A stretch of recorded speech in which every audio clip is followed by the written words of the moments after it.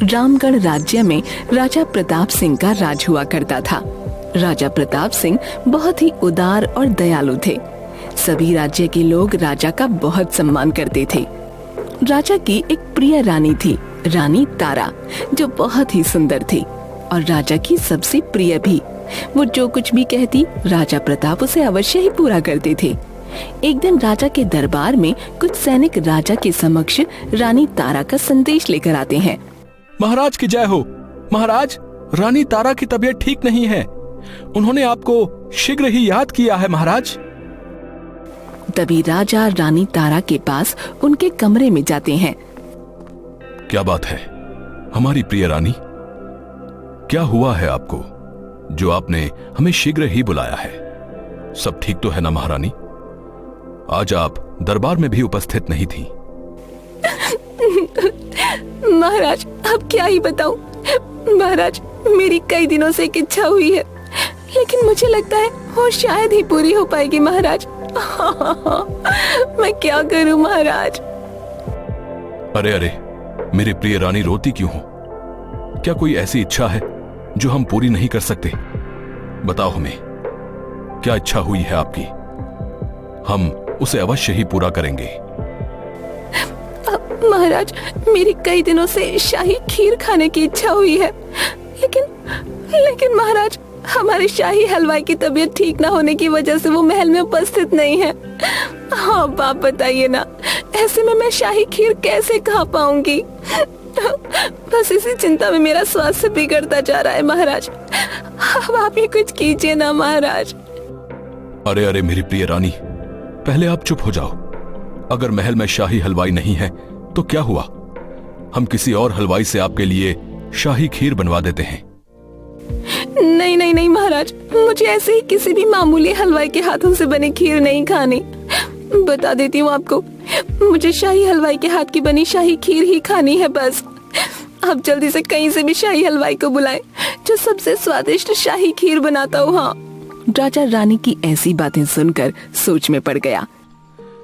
मंत्री रमादास जी, हमारी प्रिय रानी तारा की ये इच्छा हुई है कि वो शाही हलवाई के हाथ की शाही खीर खाएं, लेकिन हमारे राज्य में शाही हलवाई अभी उपस्थित नहीं है, जिसकी वजह से रानी की तबीयत भी दिन पर दिन बिगड़ती नजर आ रही है। तो आप हमारे आसपास के सभी राज्य के राजाओं को यह संदेश भिजवाएं कि वो हमें शीघ्र ही अपने शाही हलवाई भेज दें। जो भी हमारी रानी के लिए सबसे स्वादिष्ट खीर बनाएगा, हम उस शाही हलवाई को चांदी के सिक्कों में तोल देंगे। जी जी महाराज, जैसी आपकी आज्ञा। जिसके बाद मंत्री रमादास सभी राज्यों में संदेश भिजवा देता है। थोड़ी देर बाद एक मोटू सा शाही हलवाई राजा के दरबार में आता है। महाराज की जय हो। मेरा नाम हल्लू राम है। महाराज, मैं पड़ोसी राज्य जूनागढ़ का शाही हलवाई हूँ, जो आपके आदेशानुसार यहाँ आपके दरबार में आया हूँ महाराज। हल्लू राम, तुम्हारा हमारे राज्य में स्वागत है। तुम्हें हमारी प्रिय रानी के लिए शाही खीर बनानी होगी। अगर हमारी प्रिय रानी को खीर पसंद आई तो हम तुम्हें चांदी के सिक्कों में तोल देंगे। ये बात सुनकर हल्लू राम हलवाई खुश हो जाता है। अरे अरे महाराज, आप देखिएगा, मैं ऐसी शाही खीर बनाऊंगा कि रानी जी उंगलियां चाटती रह जाएंगी। हाँ। तभी राजा का मंत्री हल्लू हलवाई को महल के रसोई घर में ले जाता है। देखो भैया हल्लू राम, शाही खीर अच्छी बनी तो ठीक, वरना भूल जाओ कि तुम्हें चांदी के सिक्कों में तोला जाएगा। इतना आसान नहीं है रानी तारा को खुश करना।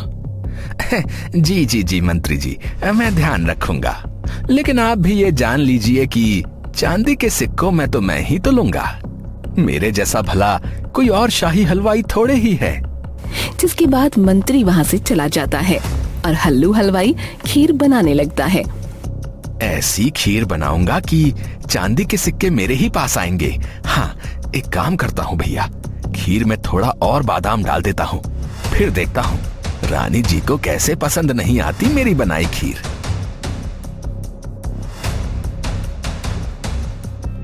थोड़ी देर बाद हल्लू हलवाई अपनी खीर लेकर दरबार में जाता है, जहाँ सभी मंत्रीगण और राजा अपनी प्रिय रानी तारा के साथ उपस्थित होते हैं। तभी हल्लू हलवाई अपनी खीर रानी के समक्ष रखते हुए, ये लीजिए रानी जी, मेरी बनाई शाही खीर बिल्कुल तैयार है, खाएं खाएं। अरे वाह वाह वाह, शाही खीर। तभी रानी शाही खीर को खाती है और बोलती है, अरे अरे अरे, ये कैसी कड़वी खीर बनाई है। मेरा सारा मुंह ही कड़वा हो गया। ओए होए, कैसी खीर है हलवाई। हल्लू हलवाई, तुम्हारा इतना दुस्साहस कि तुमने हमारी प्रिय रानी के लिए ऐसी कड़वी खीर बनाई। सैनिकों, हल्लू राम को कारावास में डाल दिया जाए। माफी महाराज, माफी, मुझे माफ कर दीजिए महाराज।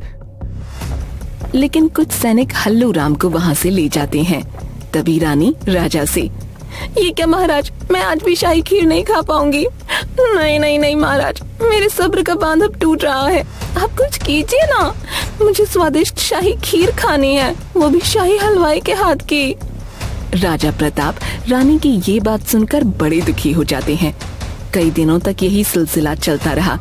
रोज कोई न कोई शाही हलवाई आता और रानी तारा के लिए खीर बनाता, लेकिन रानी तारा को किसी की भी बनी खीर पसंद नहीं आती। रानी तारा की स्वादिष्ट शाही खीर खाने की इच्छा दिन प्रतिदिन बढ़ती ही जा रही थी। ये देख राजा भी बहुत दुखी रहने लगे। अगली सुबह राजा के दरबार में एक भिखारी आता है और राजा से कहता है, महाराज, महाराज की जय हो महाराज। मैं कई दिनों से भूखा हूं महाराज। मैं आपके ही राज्य का एक भिखारी हूं। कई दिनों से अन्न का एक दाना भी पेट में नहीं गया है। महाराज, अगर कुछ खाने को मिल जाता तो बड़ी कृपा होती। क्यों नहीं, हमारे द्वार पर कोई भिखारी आए और हम उसकी इच्छा पूरी ना करें, ये तो असंभव है। मंत्री रमादास, इनके लिए भोजन का प्रबंध किया जाए। जिसके बाद उस भिखारी के समक्ष तरह तरह के मजेदार खाने की चीजें रख दी जाती हैं, जिसे भिखारी बड़े मजे से खाता है। आपका बहुत बहुत धन्यवाद महाराज। ऐसा भोजन तो मैंने कभी भी नहीं खाया है। मेरी आत्मा तृप्त हो गई। वाह वाह। लेकिन महाराज, मुझे आपको देखकर ऐसा लग रहा है कि किसी कारणवश आप बहुत दुखी हैं। क्या मैं वो कारण जान सकता हूँ महाराज? तभी राजा उस भिखारी को सारी बात बताता है। आपकी इस समस्या का मैं निवारण कर सकता हूँ महाराज। क्या सच में तुम्हारे पास हमारी समस्या का इलाज है?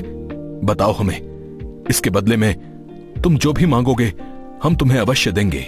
इसके बाद भिखारी राजा के पास जाकर उनके कान में कुछ कहता है। अच्छा अच्छा, ठीक है, हम ऐसा ही करेंगे। थोड़ी देर बाद दरबार में रानी के समक्ष बहुत सारे हलवाइयों को बुलाया जाता है। हमारी प्रिय रानी, हमने अब तक जितने भी शाही हलवाइयों को बुलाया है, उनमें से किसी के भी हाथ की बनाई खीर तुम्हें पसंद नहीं आई।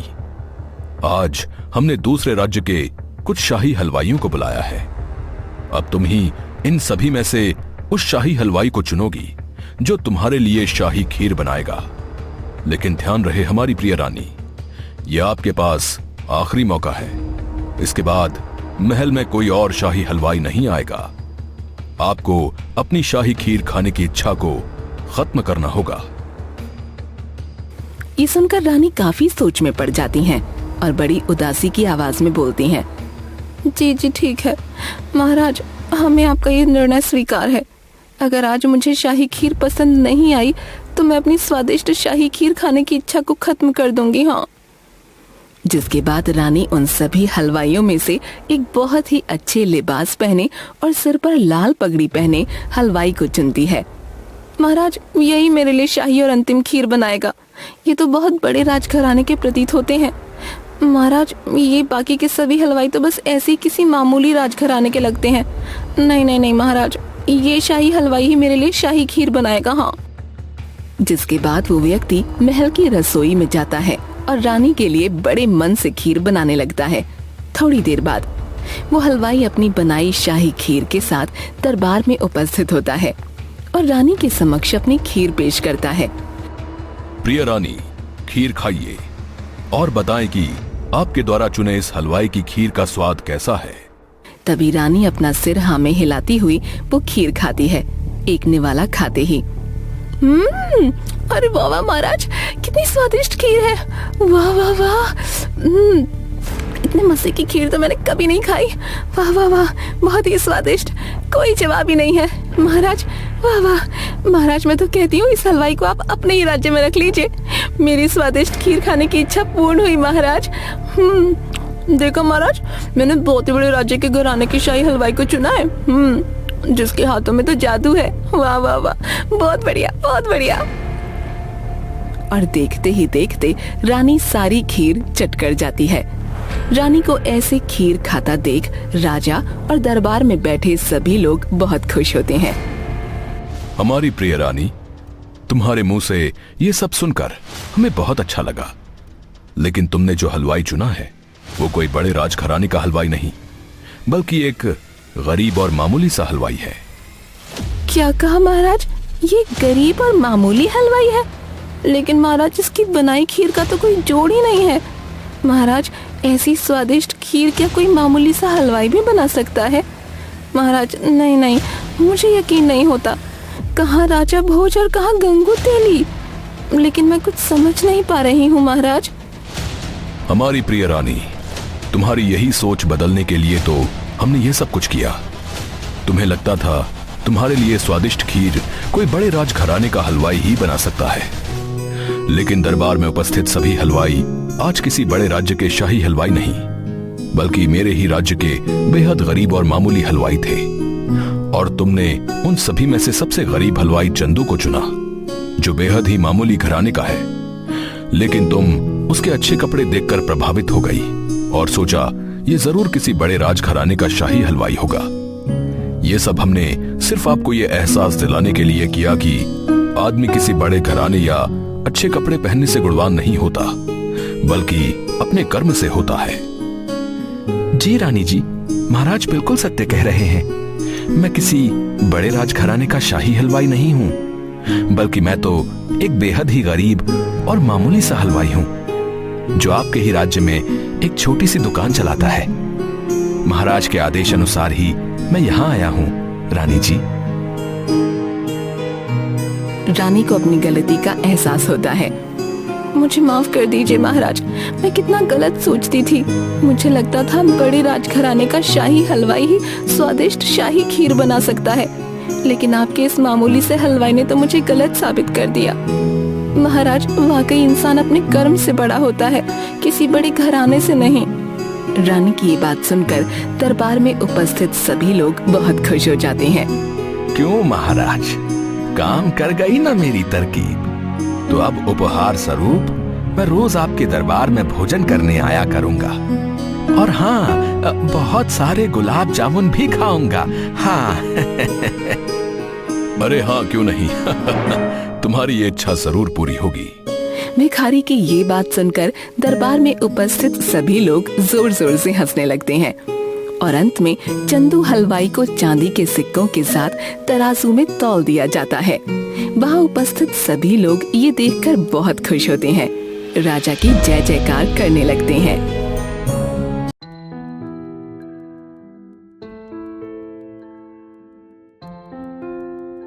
सीतापुर गांव में चंदन नाम का एक दूध वाला रहता था।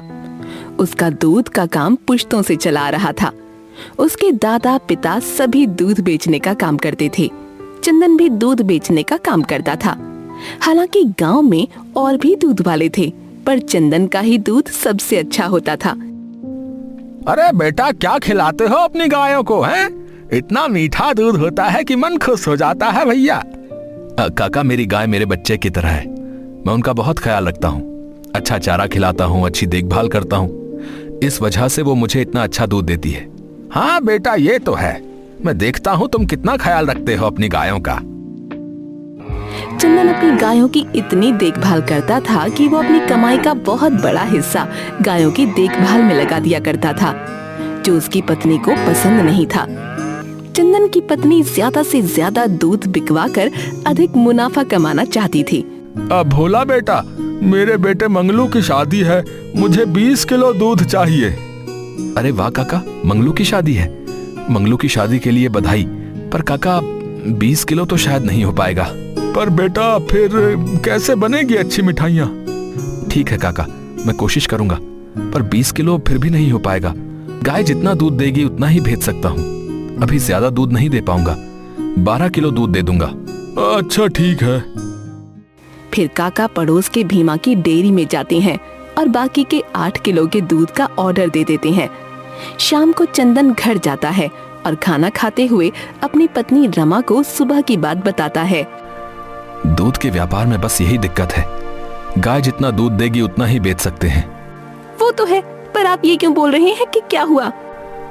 अरे वो विमल काका के बेटे मंगलू की शादी है, उनका 20 किलो के दूध का ऑर्डर था, मैंने मात्र 12 किलो का ऑर्डर लिया। पूरा क्यों नहीं लिया? इतना दूध नहीं बच पाता है जो दे सकूं। आप भी ना, दूध का धंधा तो पड़ोस के भीमा भैया भी करते हैं, पर फिर भी कभी भी दूध की कमी नहीं हुई है उन्हें। अरे तो क्या करूं मैं, दूध में पानी मिलाकर बेचूं क्या? भीमा दूध में पानी मिलाता है, पूरे गांव वाले जानते हैं। क्या दिक्कत है, मिलाइए ना पानी और भीमा भैया से कुछ सीखिए, नहीं तो इस तरह से हमेशा नुकसान होता रहेगा। पर रमा, मैंने हमेशा अपने गांव में ईमानदारी से दूध बेचा है, मैं कोई गलत काम नहीं कर पाऊंगा। भीमा भी उसी गांव में दूध बेचा करता था, पर वो बहुत लालची था। वो लोगों को दूध में पानी मिलाकर दिया करता था। अपनी गायों से ज्यादा दूध लेने के चक्कर में वो उनका शोषण किया करता था। कई दवाइयां और इंजेक्शन दिया करता था। वो चंदन से जलता भी था, क्योंकि सभी चंदन के दूध की हमेशा तारीफ करते थे। सुनिए जी, पास की सुनार की दुकान में मुझे पायल बहुत पसंद आ गई हैं, खरीद दीजिए ना। इस महीने ज्यादा बिक्री नहीं हो पाई है, ठंड की वजह से गाय ज्यादा दूध ही नहीं दे पा रही, फिर कभी ला दूंगा। आप भी ना कभी मेरी कोई ख्वाहिश पूरी नहीं करते।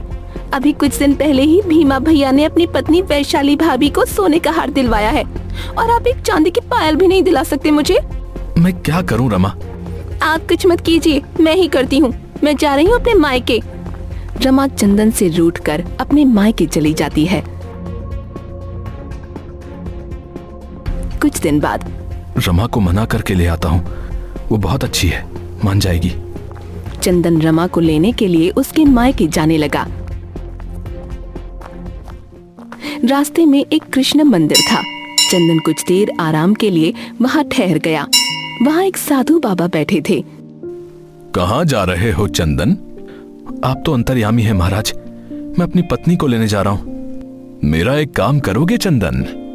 मेरी ये गाय दूध नहीं देती, तुम इसका ख्याल रख सकोगे? मैं इसका ख्याल नहीं रख पाता। पर बाबा, मैं इतना गरीब हूं, जितनी गाय हैं उन्हीं को ठीक से नहीं रख पा रहा, इसे कैसे रखूंगा? अच्छा, अब ठीक है बेटा, जो भगवान की मर्जी होगी वही होगा।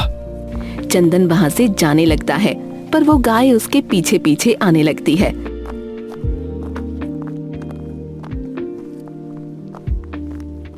क्यों मेरे पीछे पीछे आ रही है री? मैं तेरा ख्याल नहीं रख पाऊंगा, जा जा यहाँ से। गाय उसका पीछा नहीं छोड़ती, उसके पीछे पीछे ही चली आती है। चंदन उस गाय को अपना लेता है। चंदन रमा और गाय को लेकर घर आ जाता है, और वो अपनी इस गाय का भी उतना ही ख्याल रखता है जितना बाकी की दुधारू गायों का रखता था। चंदन, देख, मुझे 20 किलो दूध की जरूरत है, दे देना। गांव में बहुत बड़े भोज का आयोजन कर रहा हूं मैं। जी सेठ जी, कोशिश करूंगा। नहीं नहीं चंदन, मुझे 20 किलो दूध दोगे तुम, मैं कुछ नहीं सुनूंगा। मैं उस भीमा से दूध नहीं लेने वाला, उसके दूध में तो सिर्फ पानी होता है।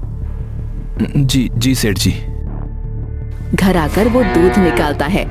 चंदन को रहस्यमयी तरीके से जितनी जरूरत थी उतना दूध मिल जाता है। सेठ जी को दूध दे देता है।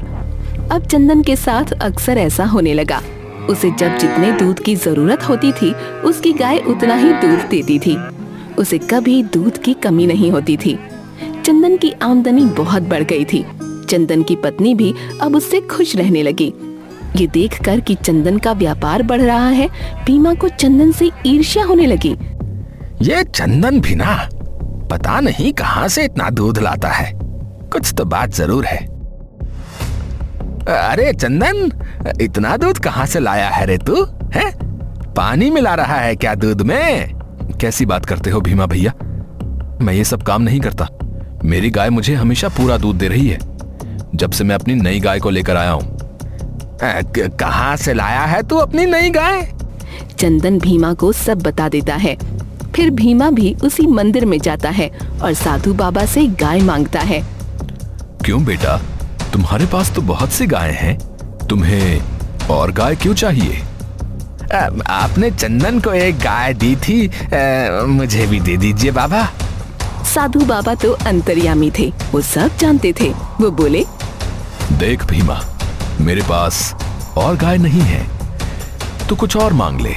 बाबा फिर कुछ ऐसा दीजिए जिससे चंदन की गाय दूध देना बंद कर दे, फिर सिर्फ मेरी बिक्री होगी। अच्छा ठीक है, ये ले, चंदन की गायों को खिला देना, वो दूध देना बंद कर देगी। बेटा पर ध्यान देना, प्रभु सब देखता है। भीमा दवा लेकर अपने घर वापस आ जाता है और मन ही मन सोचता है कि रात में चंदन की गायों को ये दवा खिला दूंगा, फिर सिर्फ मेरा दूध बिकेगा। भीमा के घर में, आज सुबह सुबह कहाँ चले गए थे जी? घर में सब्जी नहीं है। भीमा के हाथ में वो अजीब सी चीज देखकर बोली, और ये क्या साथ में लेकर आए हो? कुछ नहीं कुछ नहीं, कुछ नहीं कुछ नहीं। ये तो बस गायों के दूध को बढ़ाने की दवा है। तुम जाओ, मैं बाजार से सब्जी लेकर आता हूँ। उसके बाद भीमा दवा वहीं रखकर बाजार चला जाता है। जाकर गायों को चारा दे देती हूँ। उसकी नजर दवा पर पड़ती है। चलो ये दवा भी दे देती हूँ, लगता है इसे शहर से लाए हैं, हमारी गाय बहुत दूध देंगी। फिर भीमा की पत्नी चारा और दवा गायों को खिला देती है। इसके तुरंत बाद गायों की तबीयत खराब होने लगती है और गाय गिर जाती हैं। वो रोने लगती है। आसपास के लोग इकट्ठा हो जाते हैं। तब तक भीमा भी घर आ जाता है। क्या हो गया इन्हें? अभी तो इन्हें चारा दिया था और वो दूध बढ़ाने वाली दवा भी जो आप लेकर आए थे वही इन्हें खिलाई, तब से इनका ये हाल हो गया। ये क्या कर दिया तुमने? वो दूध बढ़ाने की नहीं, अरे गायों को बीमार करने की दवा थी जिससे वो दूध ना दे सके। आप ऐसी दवा क्यों लेकर आए थे? कैसे बताऊं? मैं ये दवा चंदन की गायों के लिए लेकर आया था ताकि वो दूध ना दे सके और मेरी बिक्री बढ़ सके। पर देखो ना क्या हो गया, हमारी ही गाय अब दूध नहीं दे पाएगी। क्या जरूरत थी ये सब करने की आपको? ईमानदारी से भी तो हमारा घर आसानी से चल सकता था। अब तो हमें 2 जून की रोटी की भी आफत आ गई। लालच और ईर्ष्या किसी का भी विनाश कर सकते हैं। चंदन मुझे माफ कर दो, मुझे मेरे किए की सजा मिल गई, अब मैं क्या करूंगा? भीमा भैया, आप परेशान मत होइए, मैं आपको कुछ गाय दे दूंगा जिससे आप अपना काम फिर से शुरू कर पाएं। भीमा अपने किए पर बहुत शर्मिंदा था। उसने फैसला किया कि अब वो ईमानदारी से अपना काम करेगा। उधर मंदिर में साधु बाबा मन ही मन मुस्कुरा रहे थे।